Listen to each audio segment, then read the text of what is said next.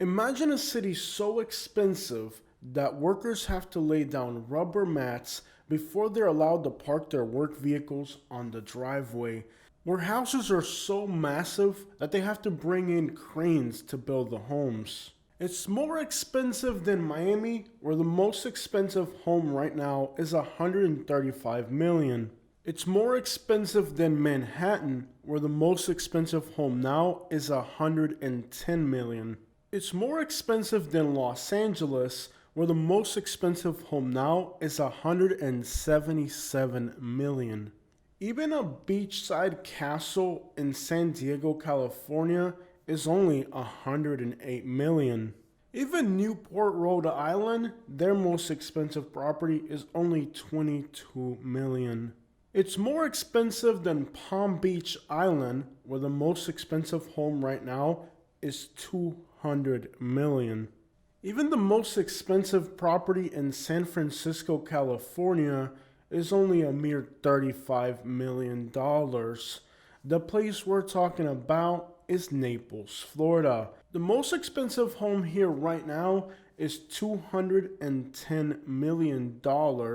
And as of recently, there are properties listed for $176 million, on par with the most expensive properties in Los Angeles.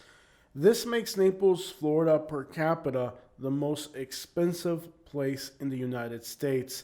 And in particular, the area known as Port Royal, that's a southern tip of Naples by Gordon Pass, is an area exclusively for people into the millions of dollars.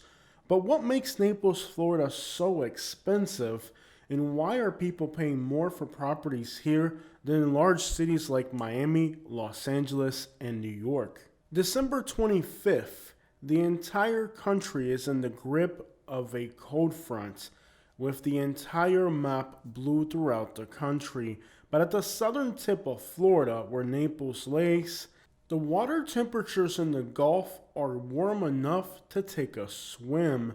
Further north in Sarasota, Florida, they won't be able to do this for a few more months. And in the Florida Panhandle, it's only in the spring and summer when the water temperatures are warm enough to go for a swim.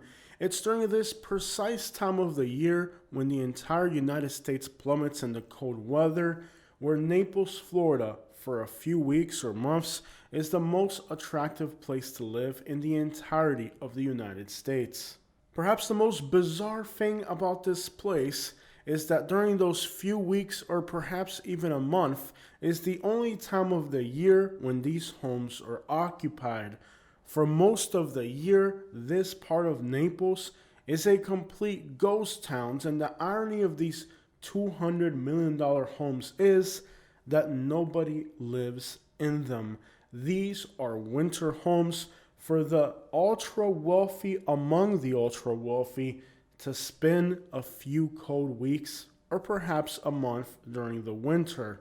It might be hard for most of us to understand how somebody could pay 50, 100, or $200 million for a home that they are not planning to occupy, but that is what happens in Naples, Florida.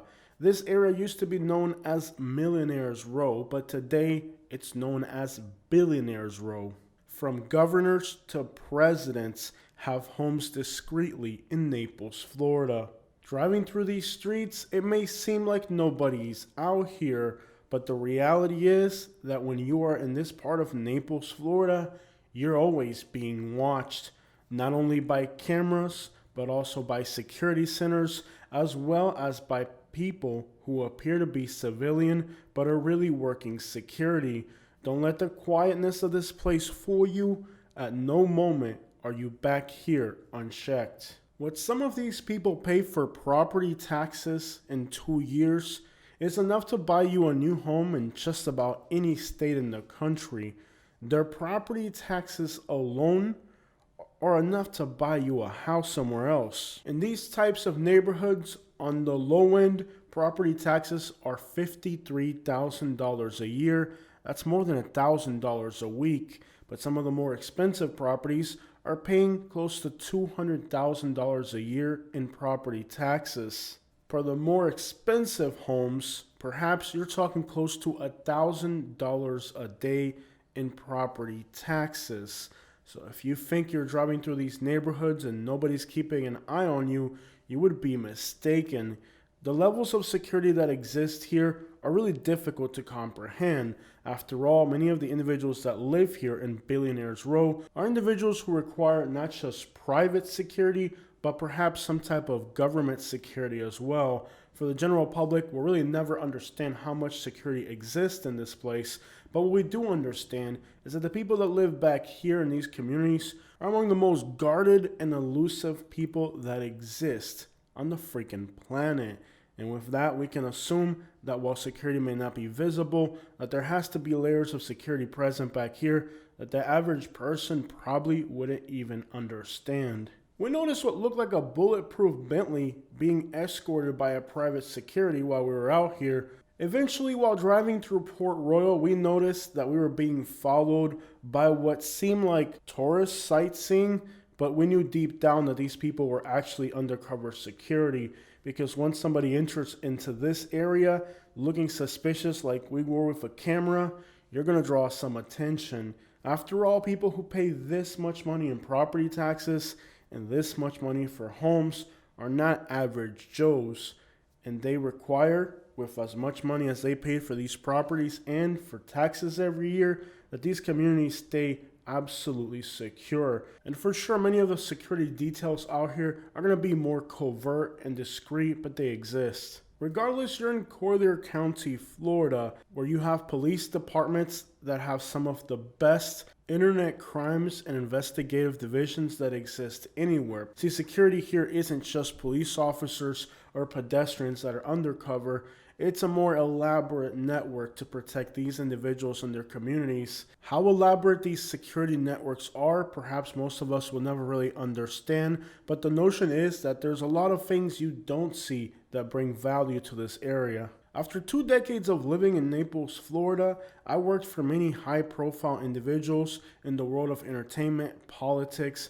See, there's a lot of people that live in Naples, Florida unofficially. Perhaps their properties are under a trust or some other type of name, and they're able to have their homes discreetly in Naples, Florida, without the general public knowing that they live here. Unless you work in the city, it's just by chance end up working for these individuals. After all, these are not average Joe price tags.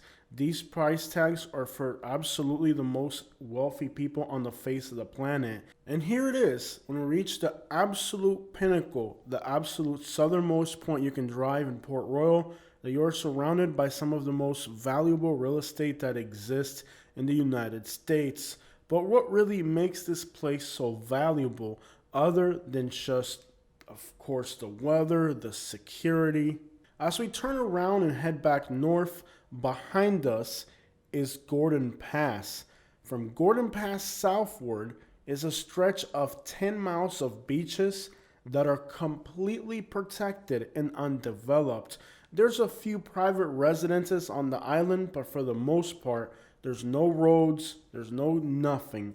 It is just pure, uninterrupted beaches in the Florida Everglades. Some of the most exclusive and secluded beaches that exist anywhere are just south of here. And with all these homes, almost all these homes having golf access with a few exceptions, that means that anybody that lives here within a few minutes can find themselves on a private beach surrounded by undeveloped areas in the Everglades. If you go about 12 miles south of here, you'll start to see places like Isles of the Caprice and, of course, Marco Island. And beyond that is the 10,000 Islands. The fact that you have in Naples, Florida, more untouched, undeveloped beach coastal areas than anywhere in the United States makes Naples extraordinarily expensive. See, the coast of Miami is considerably built up, particularly with commercial properties. The same can be said about Broward, and even in Palm Beach County, it's completely built up with very expensive residential properties. But in Naples, the few residential properties that exist are completely flanked by protected beaches and natural areas, and that really doesn't exist to a large degree in the southern part of the state. The notion that you have undisturbed, undeveloped beaches and coastlines that run for miles all around Naples means that those few residential properties that exist within proximity of the beach have to be extremely expensive. And of course, these wildlife areas are very abundant in wildlife. In an absolute crisis scenario, these individuals, with their Gulf access into the Everglades, could in theory have access to an uninterrupted, untouched supply of food, and that is very valuable. In fact, many people in the United States like to have a lot of land because they'll have animals and things that they can eat on that land. In the case of these individuals, in theory, if systems throughout the world were to be disrupted, they could just get on a boat and go fishing a mile from their house and have access to pretty much unlimited amount of food sources, fresh food, natural food, easily accessible from their properties. And it's not like we expect this to happen, but the notion that these natural resources are there also means that in theory, these properties could be self-sufficient in a worst case global scenario. To elaborate a little bit more on the weather situation, the southern tip of Florida, which remains warm throughout the entire year, is also along the coastal areas, just kind of overcrowded and filled up with a lot of commercial land use. Even downtown Naples benefits from Collier County and the city of Naples strict building codes, which means that even the downtown area looks more like a village than an actual downtown area. While these regulations and requirements and restrictions on building are probably more elaborate than we have enough time to go over on today's video, the general idea are concepts like not allowing large tall buildings, having a uniformity of construction, up to strong building codes to tolerate the hurricane wind zone and flood zone damages that exist here. Building department and zoning experts that review everything in very much detail to make sure that everything that gets approved and built here fits the building profile of the area. With that, commercial applications are practically limited within the vicinity of Naples, to the exception of necessary things like restaurants. For example, most of the shopping, doctor's offices, and other necessary commercial infrastructure is outside the city limits of Naples and unincorporated Collier County. You really have to drive outside the city limits of Naples to see any real actual commercial buildings like stores. And while Naples does have a lot of shopping plazas, places to go out to eat and things to do, most of that is going to be outside of the city limits. You may have a Naples address, but that doesn't mean you live within city limits of Naples. Within the city limits of Naples, you have a very select percentage of the population. In fact, the Naples population is around 20,000 people, while Collier County today is probably close to 400,000 people. You might be able to afford to live in the Naples area, but you don't live within Naples city limits. As we drive away from the Naples city limits, you start to see more normal things like Bentley and Rolls-Royce dealerships, Jaguar dealerships, or perhaps a Ferrari dealership. Those things are going to be outside of city limits. And Naples, analytically, the core of the city is also considered one of the safest places in the United States. Of course, so is Collier County where it sits. Now, Collier County is now the second safest county in the entirety of Florida by homicide rate. Only St. Johns County, up there by St. Augustine, has a lower homicide rate than Collier, but historically Naples has been the safest county in Florida for decades now. Even outside of Naples city limits, the coastline of Collier County is absolutely magnificent. Every time you drive through here, you see bigger, nicer homes being built.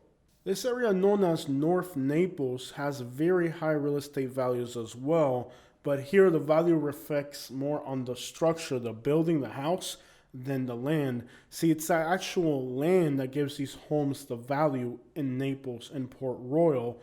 While the rest of Collier County is expensive, like here in North Naples, the value of the home is reflected in the actual structure.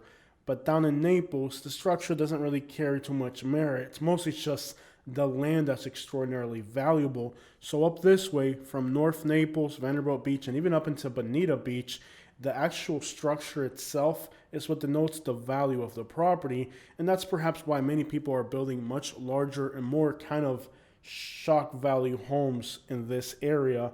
This is the back of Naples Park on Vanderbilt Beach. You can see that the homes that are going here are absolutely massive, and in this area, land is a little bit more affordable, so you can get more bang for your buck. By being an unincorporated corridor, the construction sites are a little bit more sloppy. From the workers to the county maintenance, you can tell when you're in unincorporated Corridor County. Look at the mud puddles. See, that wouldn't be allowed in Naples, Florida, within city limits. You can also see how people here have had to put rocks on their driveways to keep people driving on their grass from destroying it. And well, you can just denote that the difference here is that it isn't as organized, maintained, and of course controlled as the city limits of Naples. And don't get me wrong, this is a gorgeous, wow, lightning strike. Don't get me wrong, this is a gorgeous place. I live in Florida, so I say just lightning strikes everywhere all the time. All right, yeah, it's beautiful here. There it is right there. It's a beautiful place, okay? You know, unincorporated North Naples and Vanderbilt Beach, these areas are gorgeous places. But when you look at the maintenance of the roads, when you look at, you know, the workers, they're not putting rubber mats on the ground here. They're driving on the grass. So all that just doesn't look as refined. The thing about Naples is that everything is controlled. Every construction project, every person that pulls up to the construction site has to know exactly where they're going to park, how they're going to park, and where they're not going to drive into. So while these areas up here are beautiful, you can definitely tell there's people driving on the grass. There's little mud puddles here and there. It just isn't the same road maintenance. It isn't the same engineering that goes into these areas. So the price tags vary from unincorporated Corridor County, which is just as beautiful as Naples. But if you pay close attention, you'll see here people driving on the grass. You'll see, like in Naples, for example, if you are a property owner and somebody were to drive on your grass, you would have to immediately have that fixed. Where up here in unincorporated Corridor County, there's nobody to regulate that. And at the end of the day, I think there's one really important thing that has to be said about why Naples was able to become the place that it is. And sure, if you're paying, you know, $200,000 or $300,000 for a property, you may not care about people driving on the grass. When you're paying $200 million for a home, they're going to have to put some rubber mats down. And that's really the distinction here, even between here where houses are worth maybe $10 or $15 million and where houses are worth $100 million. All of it's beautiful, but at the end of the day, it is all facilitated by the fact that Corridor County, Florida has the third highest income inequality of anywhere in the United States, at a ratio of the 1% having 72 times more money than everybody else in the community. And it's this income gap that facilitates the wealthy from being able to exploit labor here to obtain the manicured properties that they have, all the services that the wealthy people require for this wealthy lifestyle is a very exploitable labor force, coming from the fact that there's a huge income inequality in Corridor County. See, what's interesting about Naples is that along the coastline, you have the wealthiest people in the world. But Immokalee, Florida, far inland in Corridor County where the workers live, is actually one of the poorest places in Florida now for decades. Immokalee, Pine Manor, Naples Manor are among the poorest communities that exist in the state of Florida, and these communities depend strictly on the income that comes from these wealthy coastal areas. And this is really a huge part of why Naples, Florida has been so successful for the ultra wealthy, is the fact that Naples has a very, very expensive housing market. It has very low paying jobs.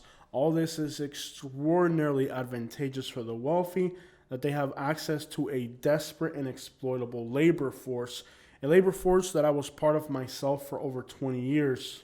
And those poor workers do get to benefit from the weather, the beaches, and of course the safety that exists in Corridor County. But of course those people live in unincorporated Corridor County, not in the city limits of Naples. The city limits of Naples would never allow that building right there to go up. Neither will they allow all that sand and runoff fill from that construction site to just end up on the side of the road. Naples, Florida is Naples, Florida. The rest of Collier County, it's unincorporated Collier. And what many people don't know is that when they move to Naples, Florida, the analytics that they're getting are for the city limits, but they're not able to afford to live in the city limits of Naples. They're living in Naples Park, the Golden Gate Estates, or some other unincorporated area. A lot of people have moved to unincorporated Collier County thinking that they were moving to Naples, Florida, and they failed to understand that the analytics between the bottom and the top here are very far and separate. And for the most part, here in the summertime, there's nothing going on in Naples. This is US 41. It practically looks like a ghost town at rush hour on a weekday during the summer. People are only here in the wintertime. And when they're here, they're in their mansions and their very fancy restaurants down there in Naples. These people seldomly venture into the rest of society, meaning that for the most part, people who actually live in Naples, Florida, are not exactly the people living in Collier County. And this is something that has confused a lot of people about Naples. Naples has grown, a lot of people have moved here, but a lot of them discover that perhaps the analytical dream of Naples isn't the reality living in a shack behind the courthouse. Yes, Naples, Florida is a beautiful city, and the entirety of Collier County is a beautiful place. But a lot of people don't understand that when they move to Naples, Florida, that all the great things you hear about Naples are just the city limits. The rest of it's unincorporated, and while it's expensive and beautiful, it really isn't the same place. While driving down to Naples, I was dogged by this police car almost the whole way down there. A few times back that I visited Naples, I ended up getting a ticket in Naples for reckless driving, even though I really wasn't driving recklessly. It was just a nice reminder by the Collier County Sheriff's Office that they don't want peasants in their community. And most people that move to Naples thinking that they are part of Naples don't realize that these wealthy people look down on the rest of us in society. And the police force here is known as one of the most profiling of anywhere in the state of Florida, making life for peasants like me and you almost unbearable here. After more than 20 years in Naples, we decided to leave. Towards the top of the reasons why we left was police profiling, discrimination. The issue with income inequality here is very persistent, and it draws up very sharply along racial lines. The lack of opportunity in a place as seasonal as Naples is really only for the most vigorous people to endure. For those of us who have to work throughout the entirety of the year, living in Naples, Florida becomes fairly miserable during the summer months, where the city looks like this, an absolute ghost town on a weekday. Despite the fact that Naples is analytically very wealthy, the moment we left Naples, Florida, our income literally doubled and tripled in the following years, because Naples, Florida is a place that doesn't have a lot of opportunity. It's a place of masters and servants, and anybody here who's exploitable will quickly find themselves in a never-ending trap of enslavement, master-class, extraordinarily wealthy people who just look at everybody in society as, what can I get out of you? As beautiful as Naples may be, living here is far too impractical for the average person. And that is Naples, Florida, an area that today has the most expensive real estate of anywhere in the United States, despite the fact most of these homes are ironically empty throughout the whole year. And Naples really is the ideal community for Florida. After all the state laws are aimed to make people that like to live in Naples choose the state of Florida. Many of these individuals don't live in these homes but hold them as their main residence simply for tax purposes. Florida is somewhat of a tax haven where people make money in states like New York and California, but then claim it over here so they don't have to pay taxes on it. So there's somewhat of a contraband of taxes happening in Naples, Florida, and that's probably why many of these individuals choose to have these homes here. Homes that are used for weddings, events, and other purposes that would legitimize the real purpose of what they're using these homes for. Naples, Florida is also ideally located at the southern tip of Florida, an ideal contraband and trafficking point. And while it's kind of something that people don't talk about too often, despite the wealth and ambiance of this area, This is a major entry point for people, substances, and other things coming around globally. With the residents that live here having access to their own personal waterways, massive boats, it lends itself very well to the obvious contraband, being, after all, the entry point for the United States from the Caribbean, a very prosperous entry point to the United States. This is a high intensity drug trafficking area, and this particular area here lends itself very well for that. Naples, Florida is a rich city, but again, when you consider that many of the people that live here are so complicit in criminal activity, as well as somewhat of a very shady tax practice of claiming residence in Florida while making money in other states that have higher taxes, like New York and California, bleeding resources of those states so that they can live their luxury lifestyles here. Naples just gets shadier and shadier the more you talk about it, the more you dig into this place, the more disgusting it gets. It's a place that superficially looks incredible, but when you start digging deeper, you find it more and more disgusting. And this is, again, one of the reasons why we decided, after so many years here, knowing this place intimately, deciding that despite the fact it's our hometown where we grew up and lived most of our lives, that it was time to get the crap up out of here. This place is designed as a sanctuary place for people to hide their tax evasions, and that's what this whole place is laid out to be. It's nothing more than one giant money laundry tax evading machine, and if you don't fit that purpose, you just don't fit the picture.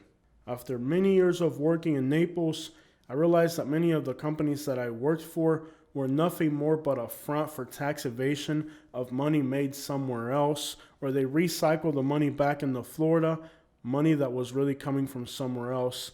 There wouldn't be enough time to talk about how disgusted I personally am with the city of Naples, Florida, and all of the things that happen here, but it's just overall a very vile and disgusting place that superficially looks valuable and attractive, but in reality is nothing more than just the most disgusting human practices, from human trafficking and exploitation to, of course, tax evasion, and then the hypocrisy of these people benefiting more from undocumented labor than anybody else in the United States, while the people that live in the most exclusive properties here have their lawns manicured by illegals. If you look up who these individuals are and hear their speeches, it's hard to believe that it's the same people who have 40 Guatemalans working on their front yard the same day. While they're in Washington, D.C. giving their speeches and talks about everything they hate about illegal immigration, if you ever spend a weekend here in Naples, Florida, outside of these people's yards, you might see 40 or 50 people that are undocumented working on their properties.